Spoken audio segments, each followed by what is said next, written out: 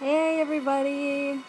Welcome to my very first Let's Play. As you can see by what's on the screen and the title of the video, this is Castle Crashers, a side-scroller game where you start off playing as one of four knights: green, red, blue, orange. There are other characters you can unlock and play as throughout the rest of the game, but those are the four originals. A couple things to start off with. I think for this one, I'm going to limit the videos to missions, I guess you could call them stages, might be a better word.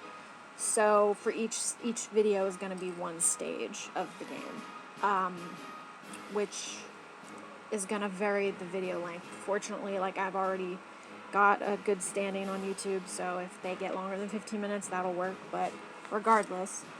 So this one's probably only going to be 10-ish minutes. Some might be longer than that, some may even be shorter. It all just depends.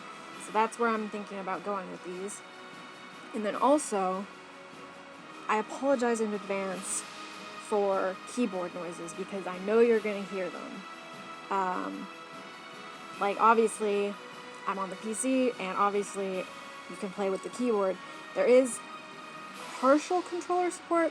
This is an Xbox game too, so the prompts for, as you can see, the select, they're prompted based on an Xbox controller, although I know that a different kind of controller would work.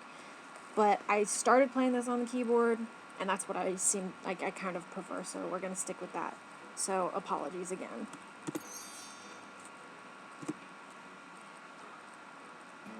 So as you can see, I have played this game before. It's been months since I've touched this, though. I've reached a point in my Green Knights save file where I just got fed up. I couldn't beat whatever I was fighting, and I was in school at the time, so it was not conducive to beating the game. So we're going to start out as somebody else, as much as I want to play the Green Knight because he's my favorite, but I digress. So you've got the Red Knight, which is lightning, blue, which is ice, and orange, which is fire. I have unlocked a couple other characters. I don't remember what their specialities are. Like the Grey Knight, I don't remember what its bonuses are, if it even has any. You've got the Barbarian. I think this is the Thief. I could be wrong. I probably am wrong. I wouldn't know. And then an Alien Bee. There's different ways you can unlock characters, and we'll get to that later. But for now, we're going to start with the Red Knight.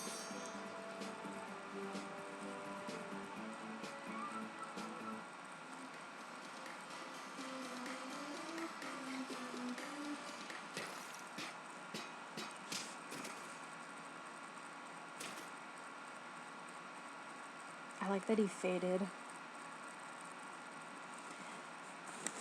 So, the way you play this game, at least with the PC controls, the keyboard, the arrow buttons move you around, space is jump, shift is your magic, control is your shield, D is a light attack, and also how you talk to people and buy stuff when you run into vendors or whatever. W is the heavy attack. Q and E switch your inventory, so right now I've got a bow and arrow and a shovel. And so A uses whatever you've got equipped, and then S doesn't do anything. As far as I'm aware, that's everything. Obviously, escape takes you to the main menu, or the save menu. And actually, no, enter doesn't do anything, I believe. So just if you get around the table. So, animal orbs, which we'll see in a minute. I'll show you those. Provide various bonuses and enhancements. If you befriend an animal orb in the wild, they will loyally follow you, if I could words. Let's see, this guy. Using items. Yeah, so it's just, this is basically all explaining what I just told you, except for with the Xbox controller. So now, see, I've got a potion, so. Excuse me. And this is magic. Useless, and he just, whatever. He tells you basic attacks.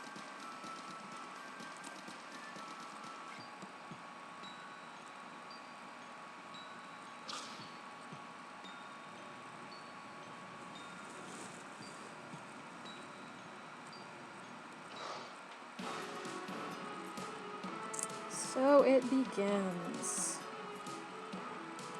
Oh, another warning. I swear a lot when I play games. This game tends to make me rage out a decent amount. Like I said, it's been a while, so I don't remember exactly everything and how to play. So I'll be all over the place.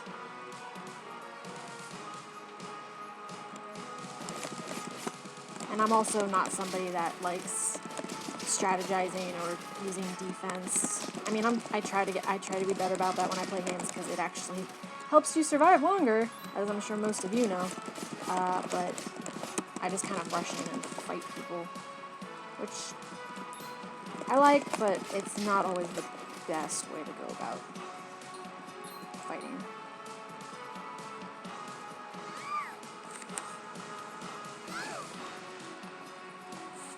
Yeah, there's also not much of any kind of talking, at least not like in a regular game.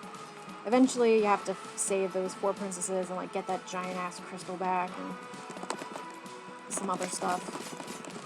It's all pretty weird.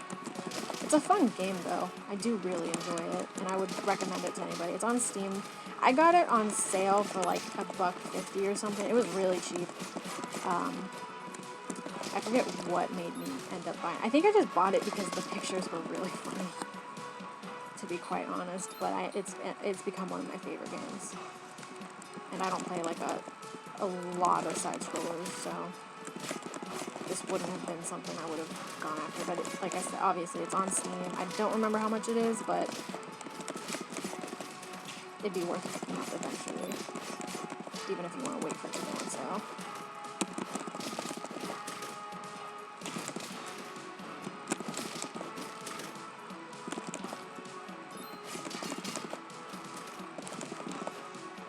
Oh, well, they didn't drop the weapon this time.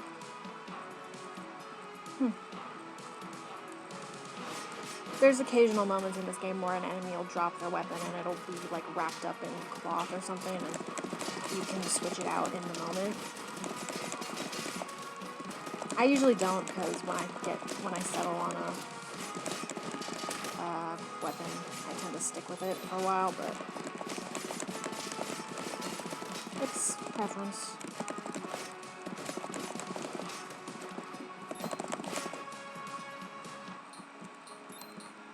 Okay. So I guess a D allows you to do this. Can't afford anymore. So that's the first stage. A bit more about this game. Each of these circles is like a stage, and you unlock, like, beating this stage is going to unlock the next one, and so on and so forth. Each general area has an arena too, which I think it's the only place outside of maybe the Barbarian. Like I said, it's been a while, so I don't remember all the details. I know that there are a lot of arenas that will unlock playable characters for you. I don't know for a fact if that's all of them. They all give you a bonus once you've beaten them, and it's just basically you're in an arena and you're fighting wave upon wave of enemies, and the number increases with each wave. Like I said, there might be other bonuses. The only bonus might be you get a new playable character. I don't remember. It's a thing to do. I think it also helps, like, you level up, but I honestly don't remember. And then you've got the blacksmith here, which you have to go to anyway for this, which I need later. On the left you've got the Ark, and on the right you've got this moose frog that I feel very sorry for, that you have to go inside. And this is where all of the weapons you find are saved. Now, I found out something interesting recently, or I realized something interesting recently. All the save data, or not all the save data, but all of the weapons that you unlock and all of the animal orbs you unlock throughout your games all compile into like one chunk of saved data, I guess.